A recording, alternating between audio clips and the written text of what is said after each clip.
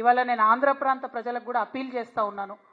ఈ బనకచెర్ల ప్రాజెక్టు వల్ల ఆంధ్ర ప్రాంత ప్రజలకు లాభం లేదు. ఆల్రెడీ నీళ్ళు వస్తున్నటువంటి ఆయకట్టుకు మళ్ళీ నీళ్ళు ఇచ్చేటటువంటి ఒక ప్రాజెక్టు డిజైన్ చేసిరు తప్పితే ఇందులో కొత్తదనం లేదు. ఆంధ్రప్రదేశ్లో ఇప్పటికీ కూడా నీళ్లు రానటువంటి ప్రాంతాలకు నీళ్లు రావాలని మీ సోదరుగా నేను కోరుకుంటున్నాను.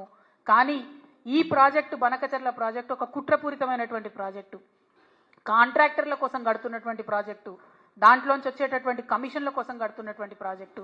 ఇవాళ నేను సవాల్ చేస్తూ ఉన్నాను, ఖచ్చితంగా ఇదే ప్రాజెక్టు మెగా కృష్ణారెడ్డి గారికే ఇవ్వడం జరుగుతుంది. మళ్ళీ మెగా ఇంజనీరింగ్ కంపెనీ నుండి తనకొచ్చేటటువంటి వాటా కోసం మన భవిష్యత్తుని గోదావరి నది జలాల వాటాను మొత్తం కూడా తాకట్టు పెట్టి మన ముఖ్యమంత్రి రేవంత్ రెడ్డి గారు హైదరాబాద్ రావడం జరిగింది. మీరు చూడండి, ఇది జరగకపోతే రేపు ఈ ప్రాజెక్టు మెగా ఇంజనీరింగ్కి ఇవ్వకపోతే మీరు చూడండి. ఎందుకంటే దీని వెనుక జరుగుతున్నటువంటి కుట్ర అవగాహన ఉన్నటువంటి వ్యక్తిగా నేను చెప్తా ఉన్నాను. ఖచ్చితంగా రేపు ఇదే జరగబోతా ఉంది. ముఖ్యమంత్రి గారు అక్కడికి పోయింది మెగా కంపెనీ కోసం.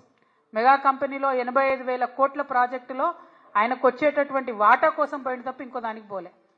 ఇంకొక మాట, central water commission, Godavari river management board, Polavaram project authority ఇవన్నీ కూడా Banakacherla project pre feasibility report అని ఉంటుంది, దాన్ని రిజెక్ట్ చేసినాయి.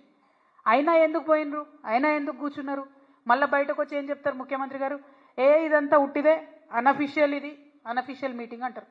అసలు అనఫిషియల్ మీటింగ్ ఎందుకు? మరి అనఫిషియల్ మీటింగ్ 2 రాష్ట్రాల ముఖ్యమంత్రులు, ఒక